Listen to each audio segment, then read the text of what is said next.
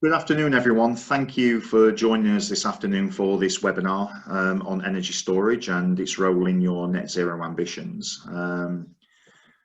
For those of you who don't know me, my name is Rob Clark. I'm Energy Category Manager at YPO. I just want to run through a little bit of housekeeping for this webinar session today. All the microphones should be muted, aside from presenters. But we will have opportunity for you to ask questions. If you see on your toolbar, there's a small button that says Q&A.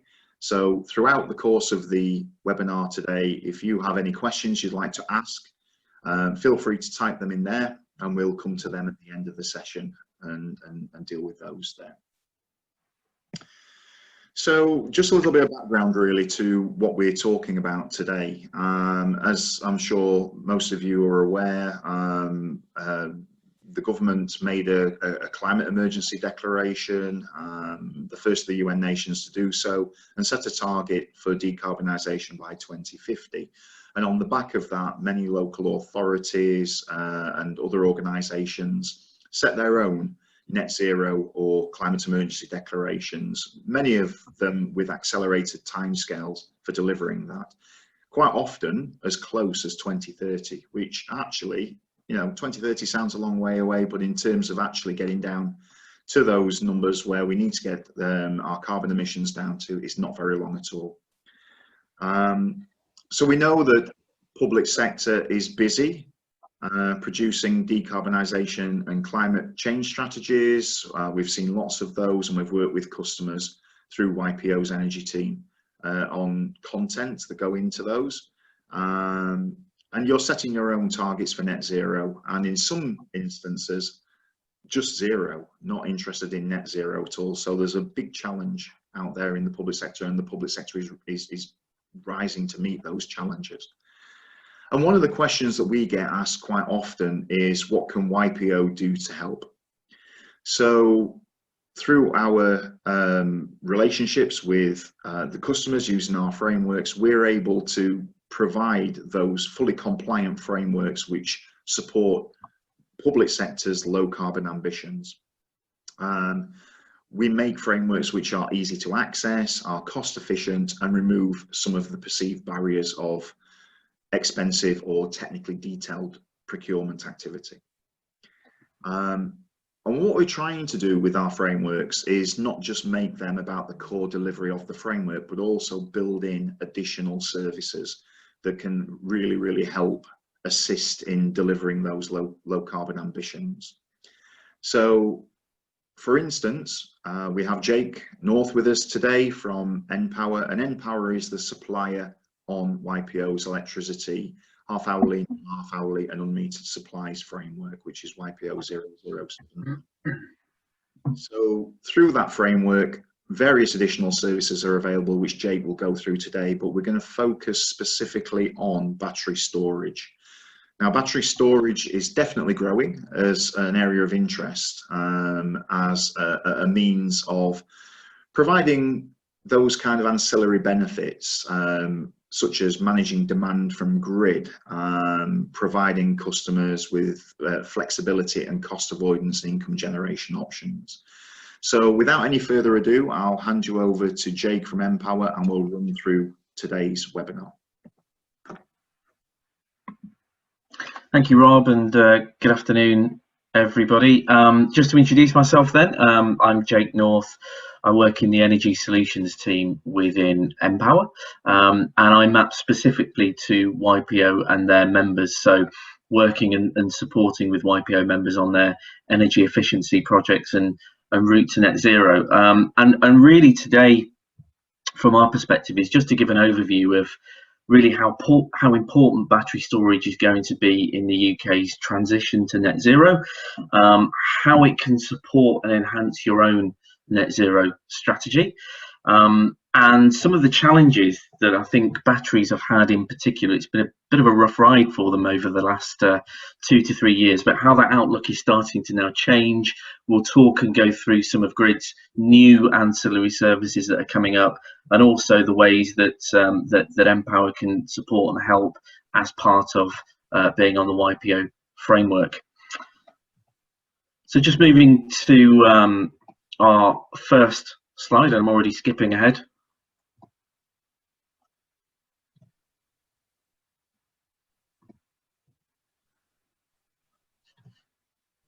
Slight problem with the control, Rob. I think I'm skipping 2 slides. There we go. Right, I'm on the right one. Okay, so just as a starter about us. So obviously, as Rob mentioned, we're the electricity framework supplier to YPO.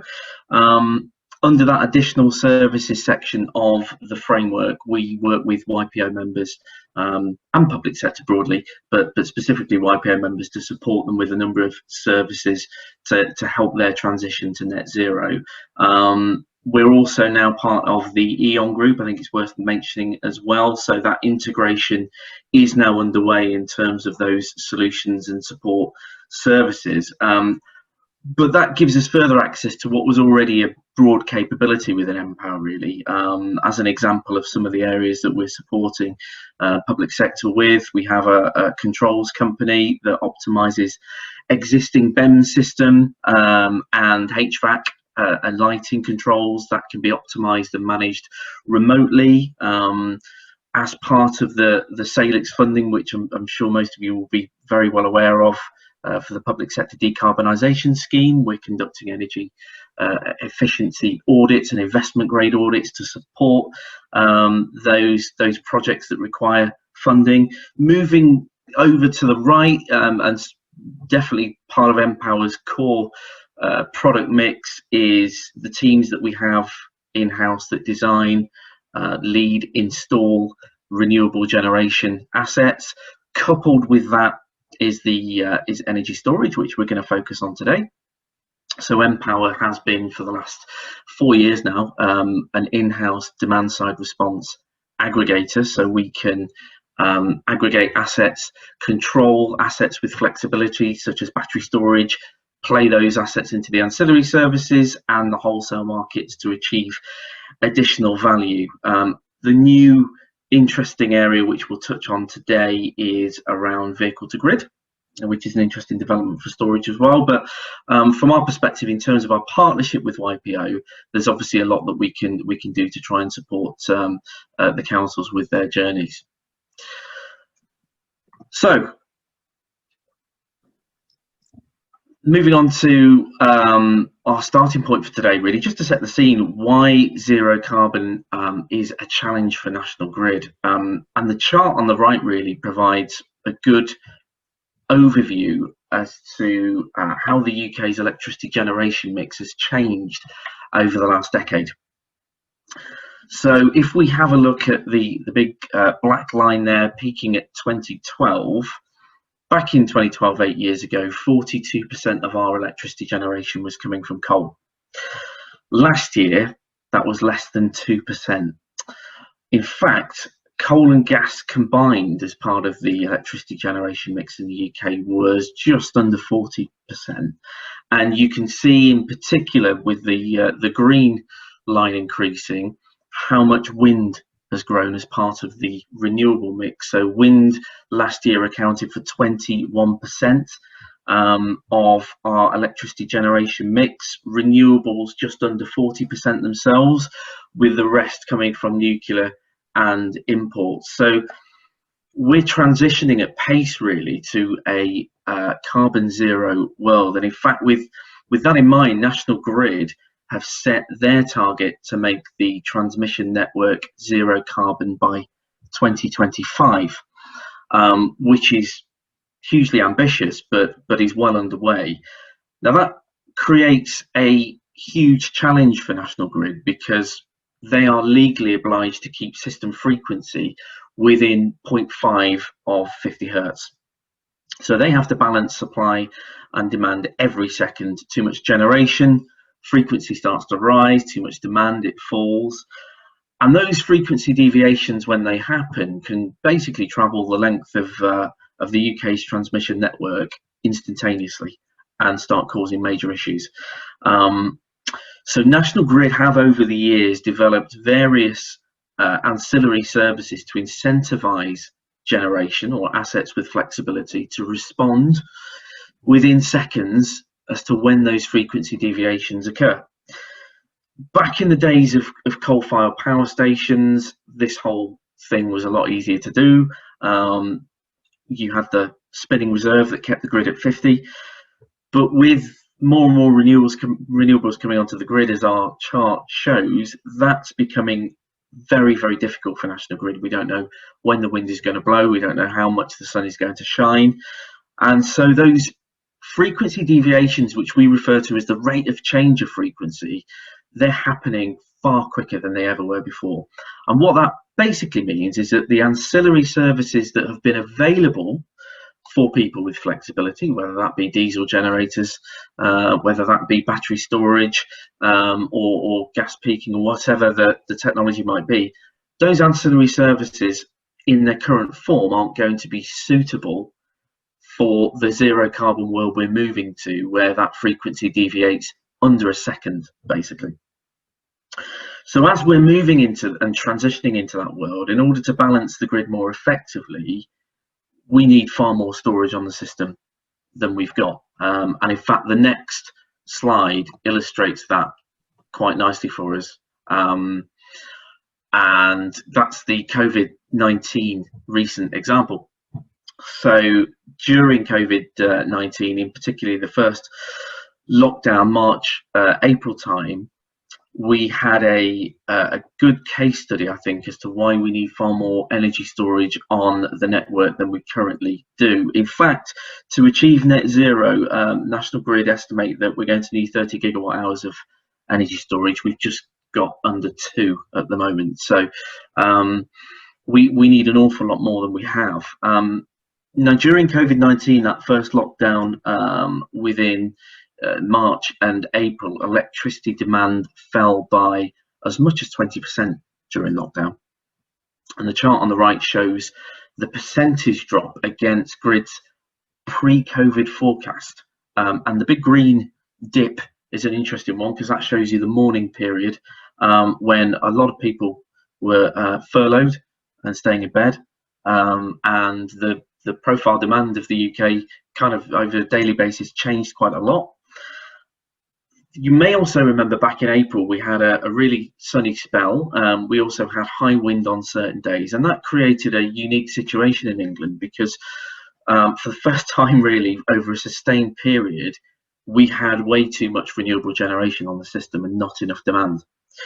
So National Grid had to come in and introduce a new service, basically to pay renewable generators to stop exporting, which is a bit crazy when you think about it. And that incentivization was a new service called ODFM, which was provided over that particular period, which has just come to its end actually. But that kind of provides a bit of a glimpse into a zero carbon world, really, because when we're relying far more on intermittent renewables and demand is fluctuating, perhaps there'll be changing usage profiles when we come out of COVID-19. If we'd had enough battery storage on the system, batteries could have gone into charge mode, and we could have far more effectively managed that discrepancy that we had with supply and demand in that system. As it happens, a lot of money had to be paid out for renewable generation to stop exporting. That situation is nothing new for Scotland. So depending on where you are in Scotland, onshore wind farms were paid around £130 million last year to stop exporting, again to assist in balancing the network. So it's clear that National Grid needs storage as part of their net zero roadmap and strategy.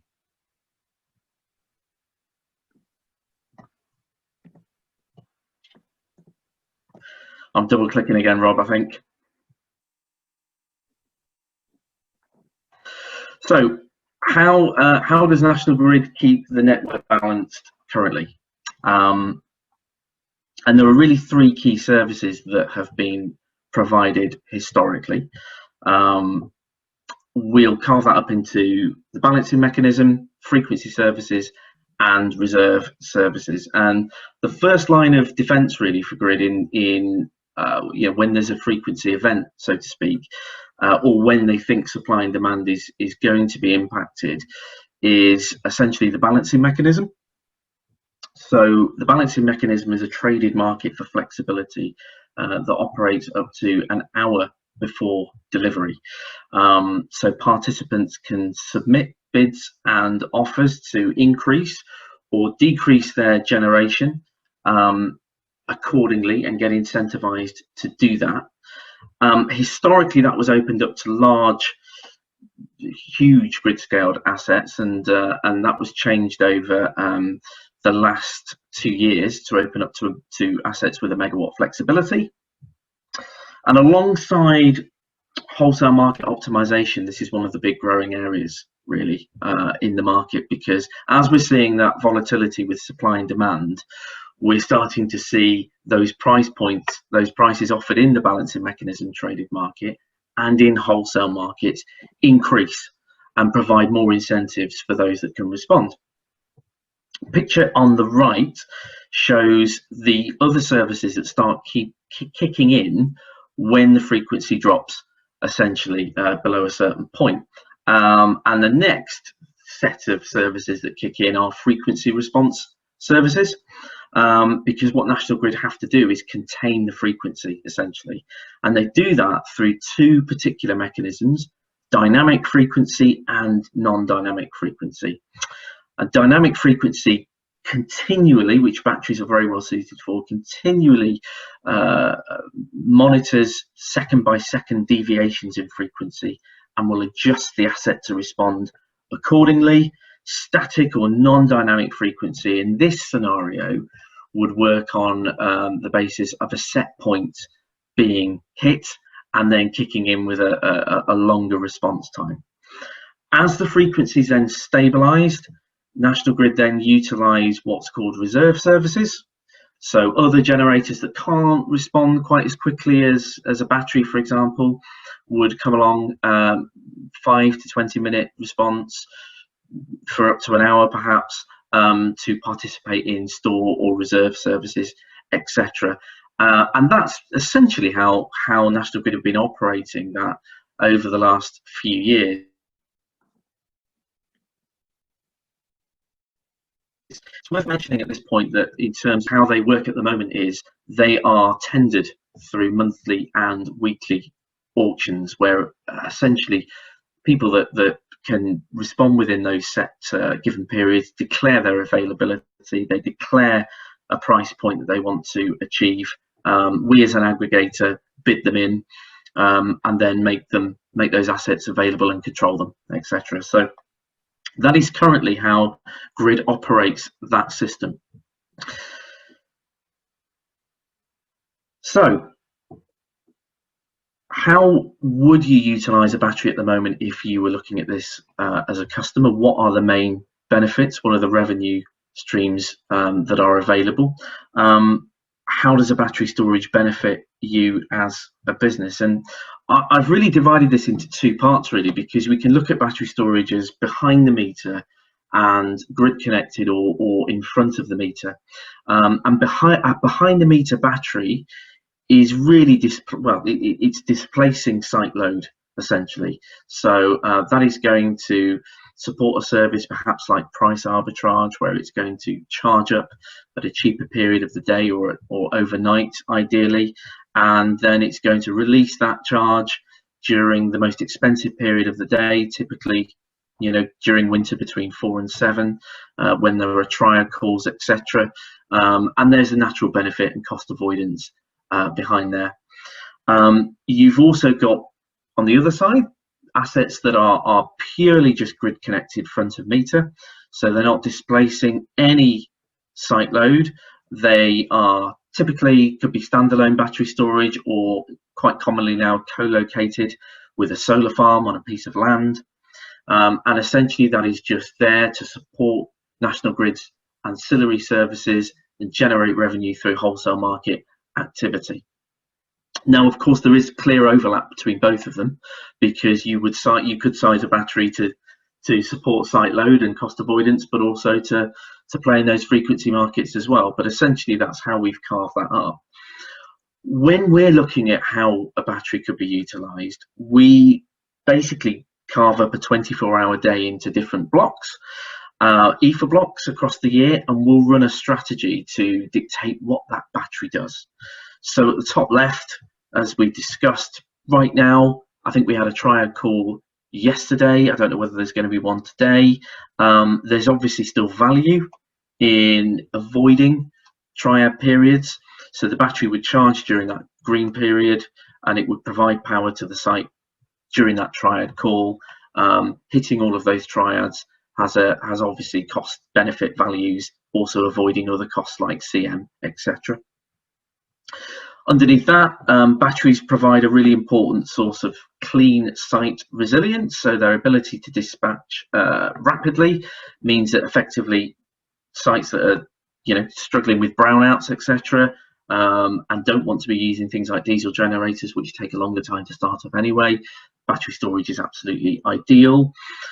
The business case for batteries tends to work very well, or much better, certainly behind the meter and front of meter, when they're co-located with existing storage or planned, co-located with existing renewables or planned renewables such as solar PV.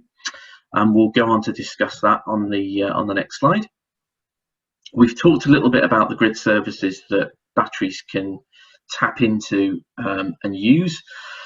The wholesale market optimization services are a big growth area for storage assets, because that supply and demand is giving us that within day volatility.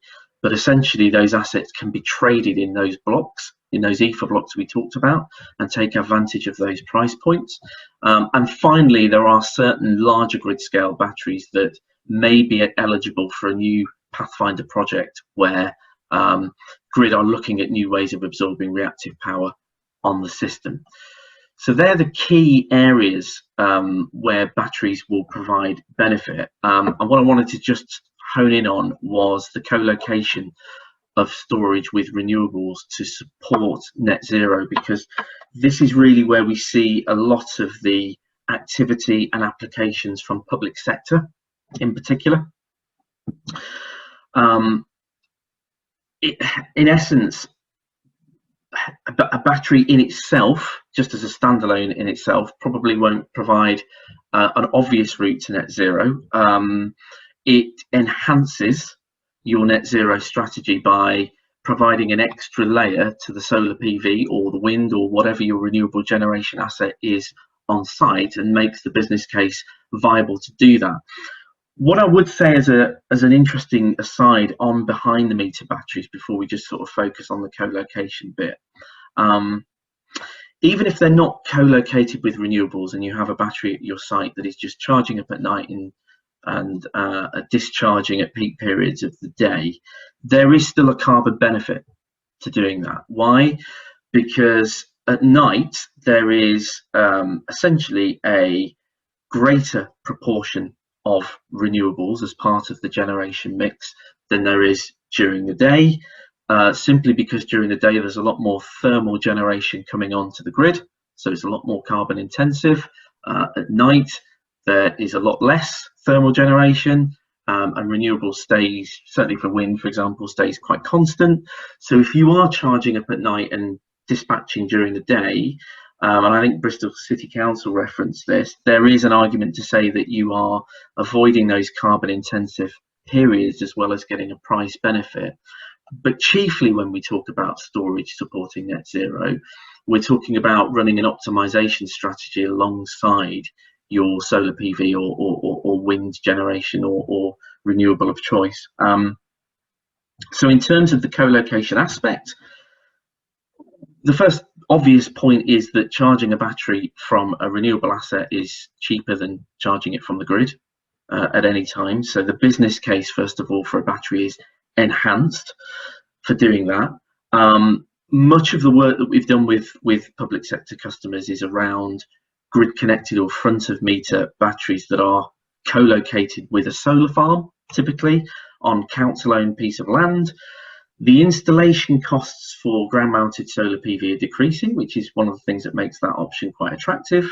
And depending on the size of the solar PV array, the most sensible thing to do from a net zero perspective is to sleeve that in via a PPA sleeving arrangement into your import contract, which can net off a lot of your existing baseload requirements.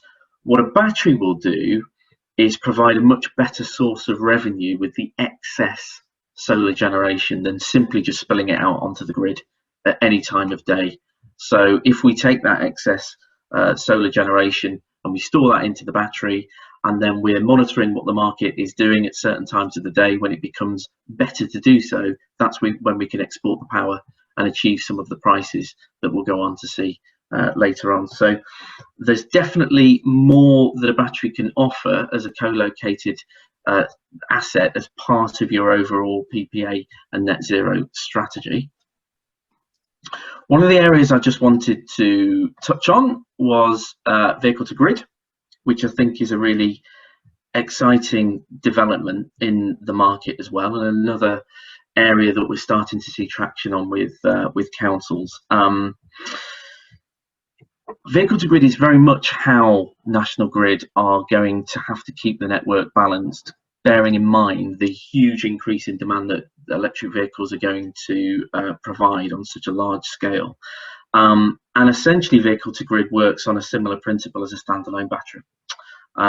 Most EVs spend a high percentage of their time idle, both day and night. So when I think about my own, before lockdown, I would drive it over to Prince's Way office at NPower. I'd plug it in and charge it up, and it would charge up maybe after 3 hours, and then it would just sit there doing nothing until I got in it and took it home.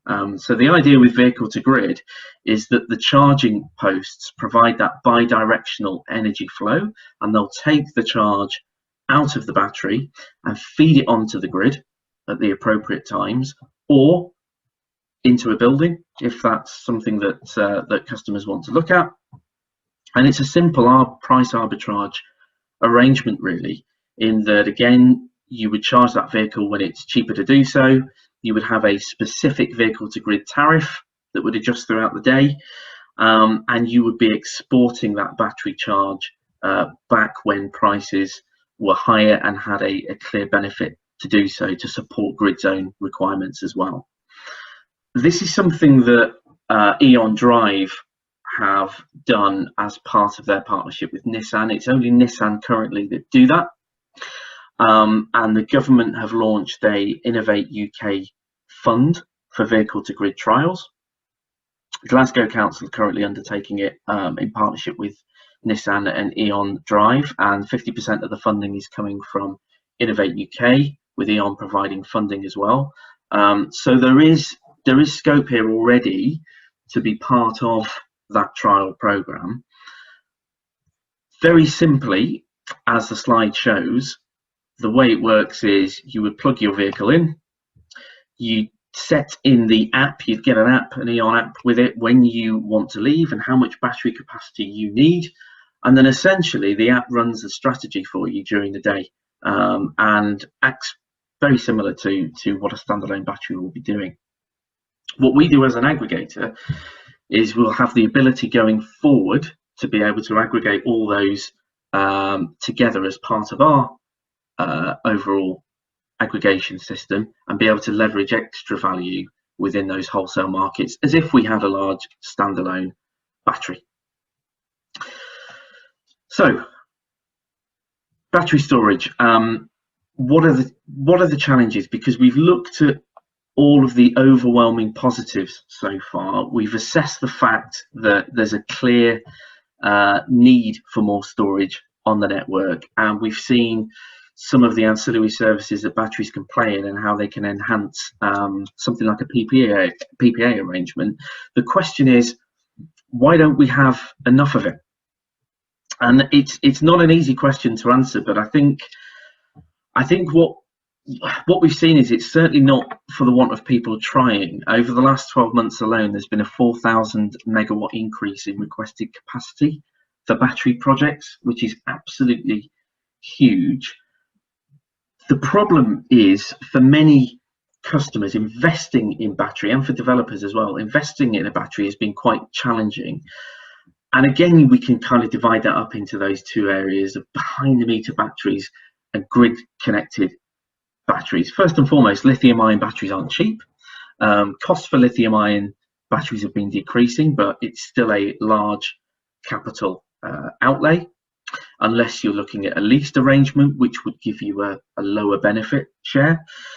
Customers and investors predominantly need some form of certainty, which is difficult to do with wholesale market activities and forecasted revenues from auctions, etc. So that's been another challenge that batteries had to face. Unlike things like the CFD, there isn't a guaranteed strike price or floor price for operating a battery currently. TCR, which YPO will speak to you all about and have been doing, is a major problem for behind the meter batteries because it removes the triad benefit from 2022, and that was one of the things that was helping support the battery business case. And even if you sort of are then taking the risk as an investor or a customer, depending on where you are, you might be constrained around what import or export capacity you can get for a battery, with perhaps large costs depending on the area that you're in. So it's been quite challenging. And just to illustrate that on the right hand side, last year this was how the 10-year business case was looking for a 1 megawatt battery essentially, and you can see in the blue chart at the bottom, you can see the triad benefits just moving out completely by the time we get to 2022.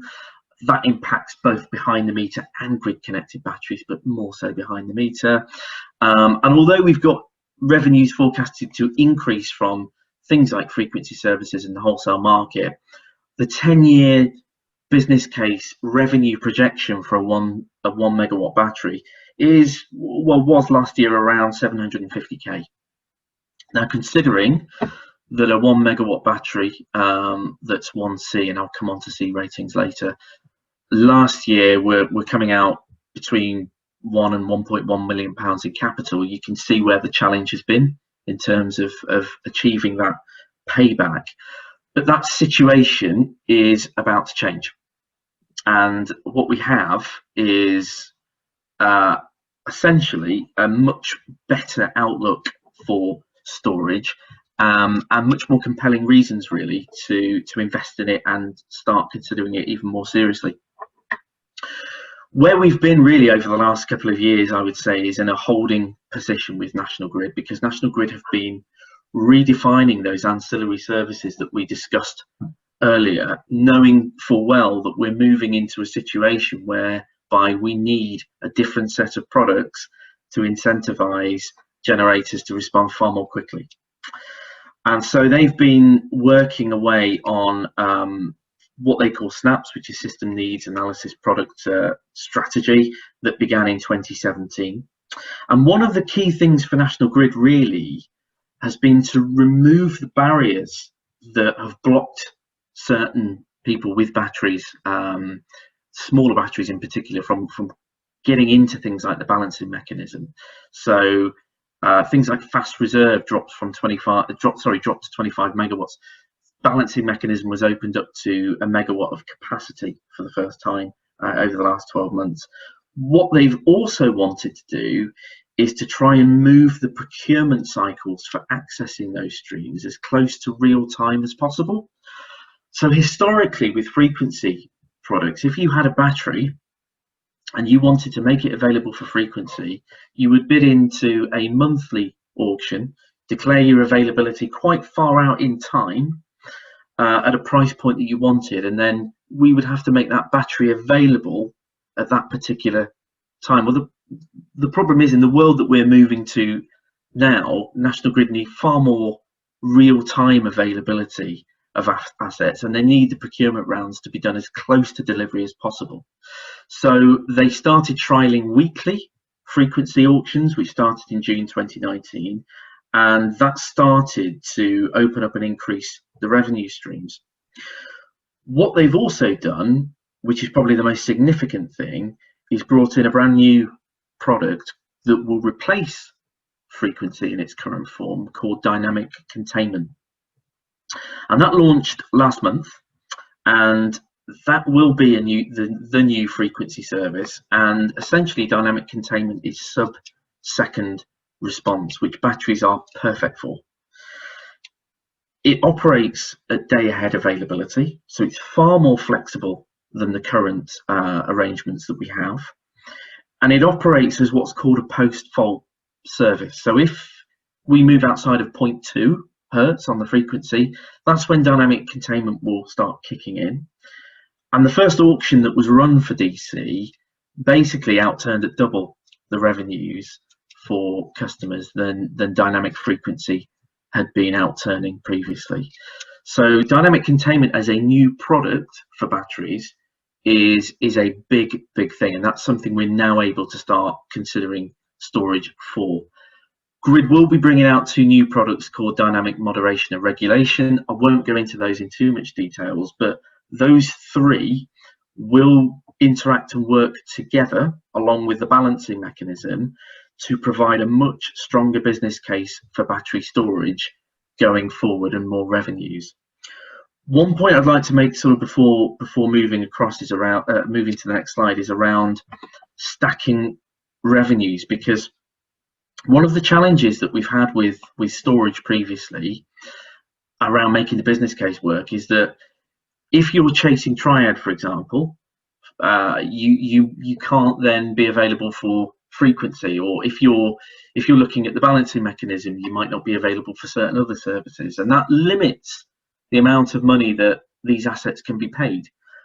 What National Grid are doing with these new services is designing them to work in a stackable way so that with certain parameters they can be available for multiple services and wholesale market activities as well, which opens up much more revenue opportunities. So moving on to the growing wholesale market opportunities for flexibility. One really interesting area in a case study from what happened on the 15th of September is if investing in a battery storage asset now co-located with renewables or standalone, there is a real drive and move towards a much more volatile within-day market that batteries can quickly access. And we had a situation on the 15th of September that provides quite an interesting case study as to what the market was doing that day. On Tuesday the 15th of September, we had very low wind generation. We had 2 gas-fired planned outages, and UK national demand started to recover after the lows of COVID-19. Temperatures moving above 20 degrees as well, which increased cooling demand, basically left us in a real supply and demand issue. And the market reacted accordingly. We saw prices moving within day of topping £650 a megawatt hour. We saw day ahead prices moving at over 125 megawatt hours, and the balancing mechanism as well, prices soared above 540. There was actually a capacity market notice issued for only the 3rd time, which was then rescinded. But it just gives you an example of if you had a battery asset that was sat there essentially and it was charged, we would make that available and run for an hour during that period. If you had 10 megawatts, then suddenly that gets quite interesting from a revenue perspective. If there are several of those events over the course of a year, we start building up a decent revenue stream from accessing those volatile periods within the market. So battery storage, what should you consider?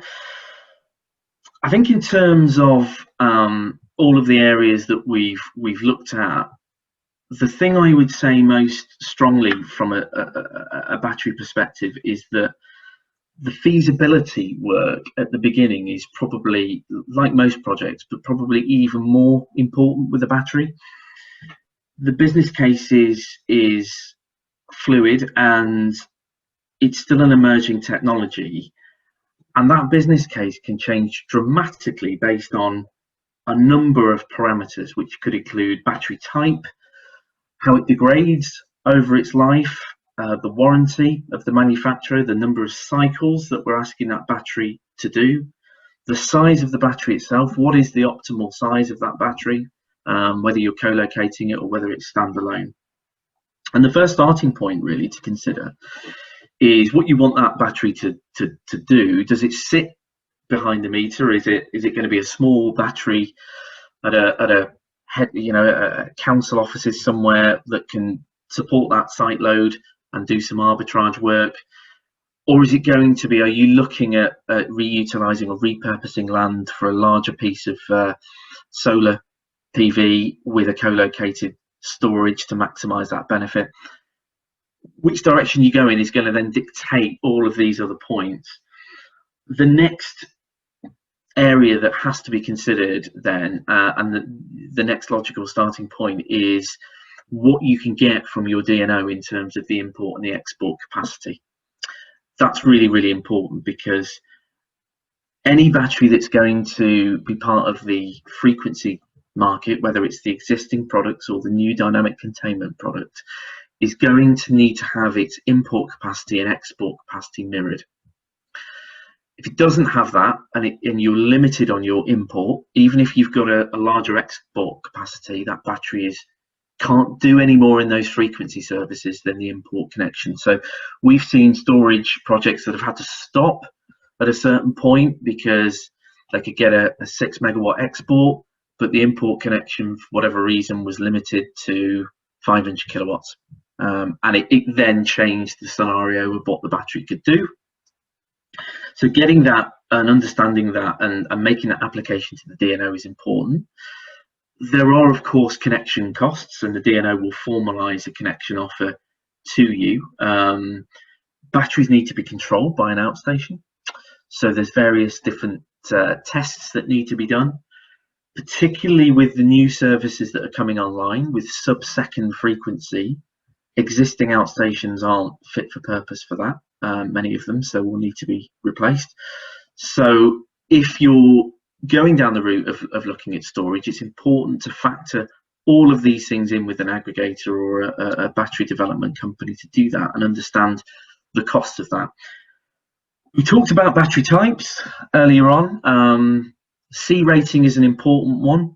C rating for a battery essentially determines how quickly that battery will shed its load, essentially. So if you have a 1 megawatt 1C battery, it will dispatch 1 megawatt over an hour period. That's how the inverters are sized.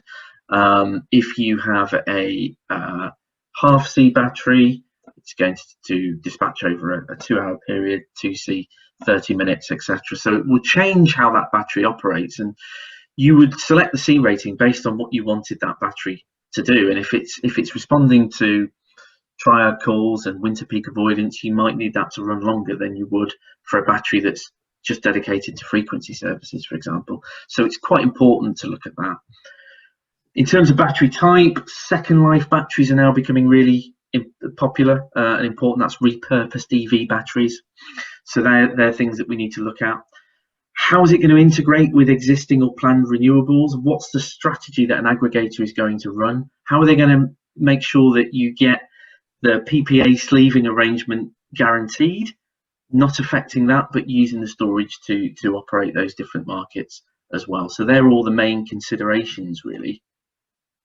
I think just wrapping up with the last couple of slides, where we've developed a good relationship with YPO really is the consultancy support that we provide to council members that are looking at co-located storage or standalone storage. Because the business case gets complex, because we need to essentially do a 10-year modelling view to understand what those benefits are, we will, as a first instance for YPO members, undertake that first stage modelling as part of the YPO agreement for you. At the second stage, we have the option then to run a lot more detail in there in terms of choosing the optimal size of the battery and how it operates. So that consultancy support is on hand and there, and something that we can do as well. I'm conscious of time, so I'll wrap up with the final slide, if I may, Rob. Which is essentially just to bring it to a conclusion that despite the challenges that we've had with storage, it is a positive outlook. The early indicators for dynamic containment show 100% revenue uplift versus what we've seen with dynamic FFR. We're going to see more decommissioning of the thermal fleet, so we're going to see more intermittent renewables. We're going to see more supply and demand issues and more volatility, better pricing available for those with flexibility. And of course, we've got battery costs continuing to fall. Just finally, on the right-hand side, we've repurposed that 1 megawatt 10-year net benefit slide. I've probably chosen the worst colours imaginable to do that, but essentially, while we've still got the triad benefit dropping off after 2 years, what we now have is much higher frequency revenues, better returns on the balancing mechanism than the wholesale market returns. And if our estimations on a 1 megawatt battery now sees the cost falling to about 0.8 of a million, with now a net benefit of 850k over 10 years. So that's increased by 100k already. So it's starting to improve the situation. Vehicle to grid is very much a watch this space, of course. But yeah, from our perspective, it's an exciting and a good place to be, and definitely should form part of what you're doing. So thank you very much. Happy to take any questions, Rob. Yes, thanks, Jake. A lot of food for thought really in that. We've got a lot of customers that we talk to who are looking at going down the solar asset route, looking at putting solar farms in, and actually having that battery with that, as you've clearly outlined there in your presentation, Jake, gives a lot of flexibility in terms of revenue generation. So initially that conversation might look like, okay, we want to put solar, put our own renewable generation facilities in for our own purposes, to generate our own green energy to meet, to decarbonize our consumption effectively. But then there are these additional opportunities for revenue generation and actually even using some of that energy yourself, as you've alluded to there as well. It's on standby, you'll get paid for those opportunities, but equally that is there to use yourself as well. So it hits both sides of that equation and brings more value into these projects. That was great, thanks, Jake. Very complex, very technical, but that's where this is, and that's sorry.